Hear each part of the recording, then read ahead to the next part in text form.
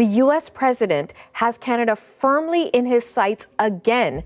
In his latest social media post, it appears to have grave ramifications for trade between Canada and the United States. Donald Trump believed he could acquire Greenland with a check and a handshake, just like he does with buildings and golf estates.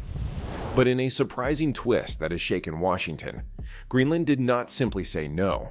It went to Canada, securing a huge mining agreement that has embarrassed Trump on the global stage and changed the entire Arctic chessboard. It started as a joke in 2019 when Trump casually discussed purchasing Greenland, but after regaining the presidency in 2024, it became an obsession. He assured Congress that he would put Greenland under the American flag, seeing it as important to national security, American supremacy, and defeating China and Russia in the Arctic. Trump's staff informed him that the island had billions of tons of rare earth minerals and enough Arctic oil to make America energy independent for decades. However, while Trump yelled about annexation, Canada acted quietly. Two Canadian mining corporations, backed by European banks and even some American investors who had no idea where their money was going, signed a $3 billion agreement with Greenland. They committed to local jobs, environmental safeguards, and profit sharing, which Trump's team refused to entertain. Greenland is no longer America's negotiating chip. It represents a new global reality in which smaller countries and quiet middle powers may outperform the loudest voice in the room. When Donald Trump initially joked about purchasing Greenland in 2019, the world laughed. The proposal was derided in headlines as another ridiculous Trump moment that would disappear as fast as it arrived. But the laughing faded when, after regaining the presidency in November 24, Trump resurrected the proposal with renewed fervor, proclaiming before Congress that we will annex Greenland to the United States, one way or another. For Trump, Greenland was more than just an ice expanse. It was an opportunity to achieve a legacy that had previously slipped through his fingers: a steel wall along the southern border, peace in Ukraine, and an economic win over China. His advisors informed him that Greenland's tremendous untapped wealth may be the pinnacle of his second tenure. Under the ice, there exist an estimated 38 billion tons of rare earth minerals, graphite, zirconium, and niobium, and 17 billion barrels of Arctic oil. For a president who judged success in terms of wealth and power, Greenland became an obsession.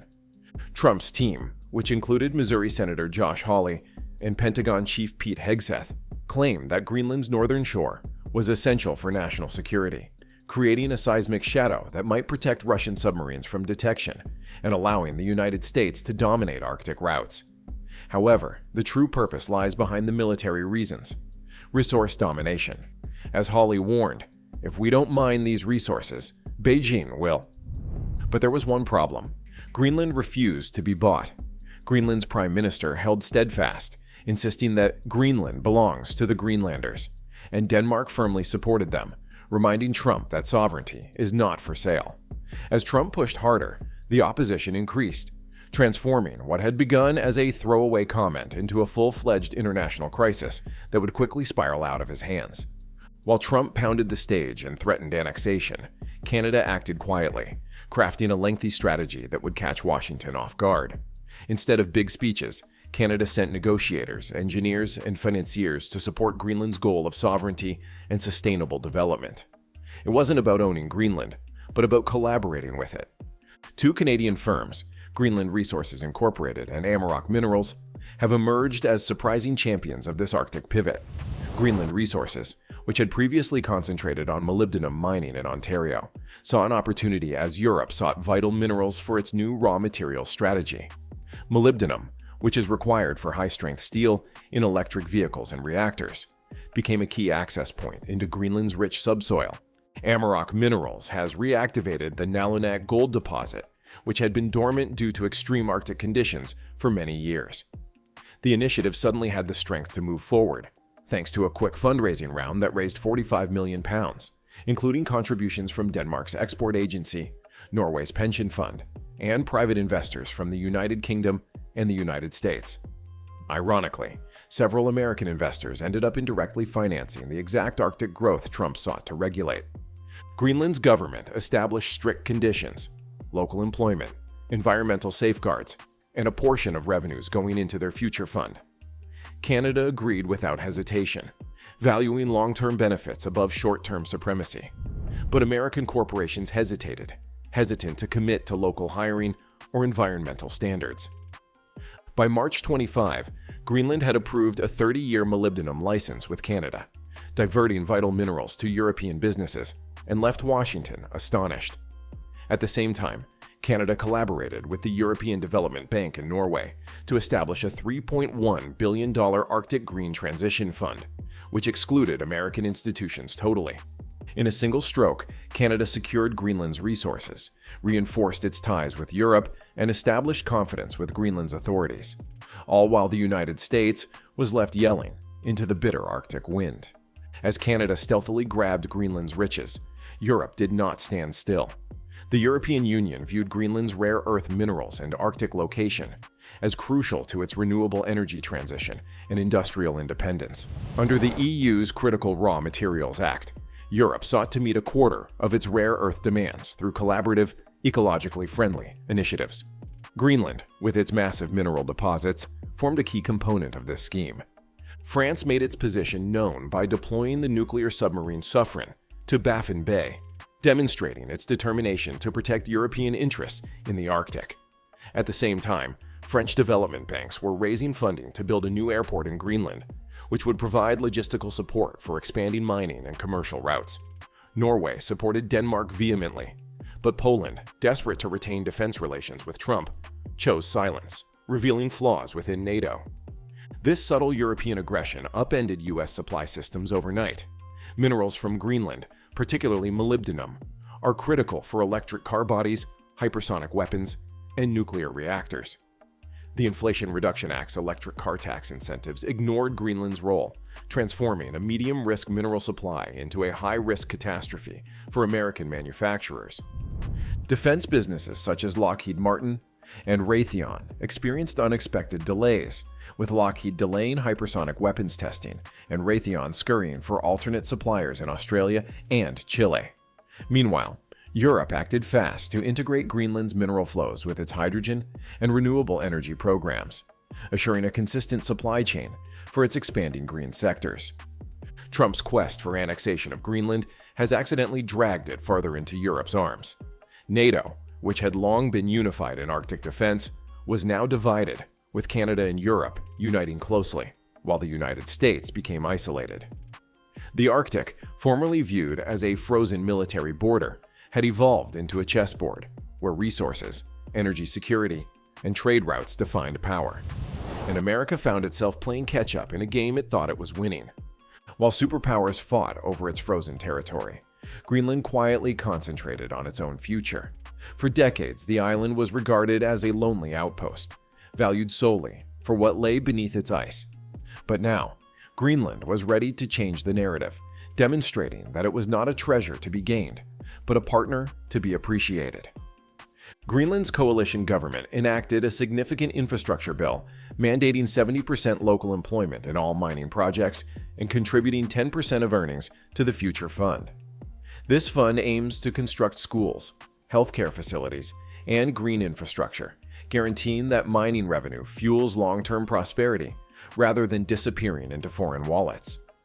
Whereas American businesses perceived these circumstances as hurdles, Canadians and Europeans saw them as opportunities to foster trust and stability.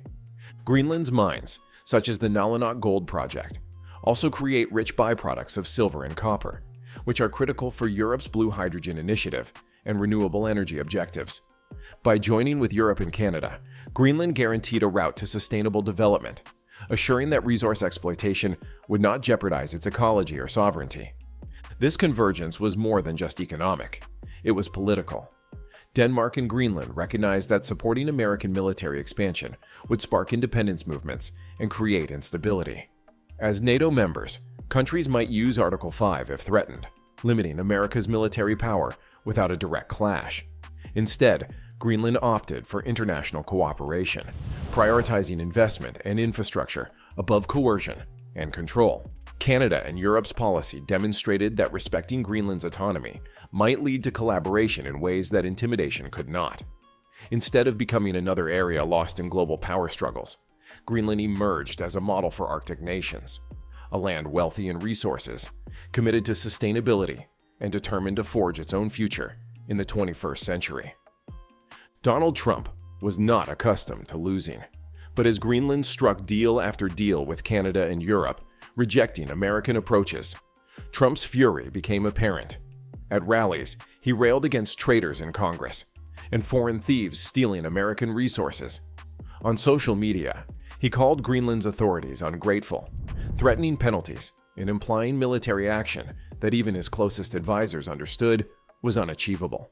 Inside Washington, the consequences were swift.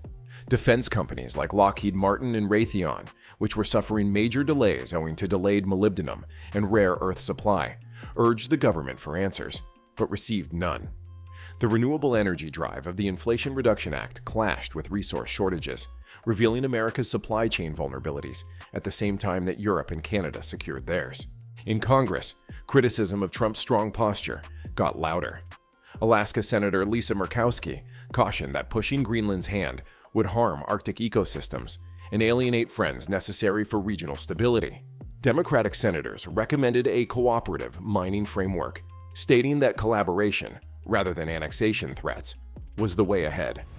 However, Trump refused to back down, further distancing the United States from partners who were already suspicious of Washington's heavy-handed tactics. Internationally, Canada's victory in Greenland sparked fresh concerns at the White House. Ottawa's worry that American annexation aspirations would spark conflicts over the Northwest Passage, prompting Chinese action, exacerbated the geopolitical complexity. Germany, eager to diversify its energy supply, began to choose Canadian Arctic LNG over U.S. shipments, reducing America's energy dominance in Europe. What began as a campaign vow to buy Greenland ended with Trump watching from the sidelines as Greenland consolidated its sovereignty.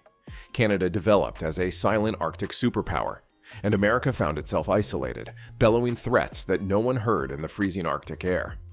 Finally, Donald Trump's ambitious ambition to acquire Greenland became a metaphor of how old power structures are eroding. He assumed that a region could be purchased with a check and a flag, but Greenland demonstrated that it could control its own future. Instead of coming under American authority, Greenland worked with Canada and Europe to secure investment, safeguard its ecology, and choose its own destiny. What began as a simple comment in the year 19 turned out to permanently reshape the Arctic. Canada, previously regarded as a peaceful neighbor, has evolved as a formidable middle power, leveraging relationships and respect to do what threats could not. Europe, seeking to ensure its clean energy future, discovered a willing partner in Greenland who was eager to exchange resources for opportunity rather than exploitation. Meanwhile, the United States was left to deal with interrupted supply systems, weakened alliances, and the realization that control cannot be gained by force alone. Greenland is no longer only an ice-covered island. It is the epicenter of a new Arctic order, where global power, climate aims, and economic independence converge.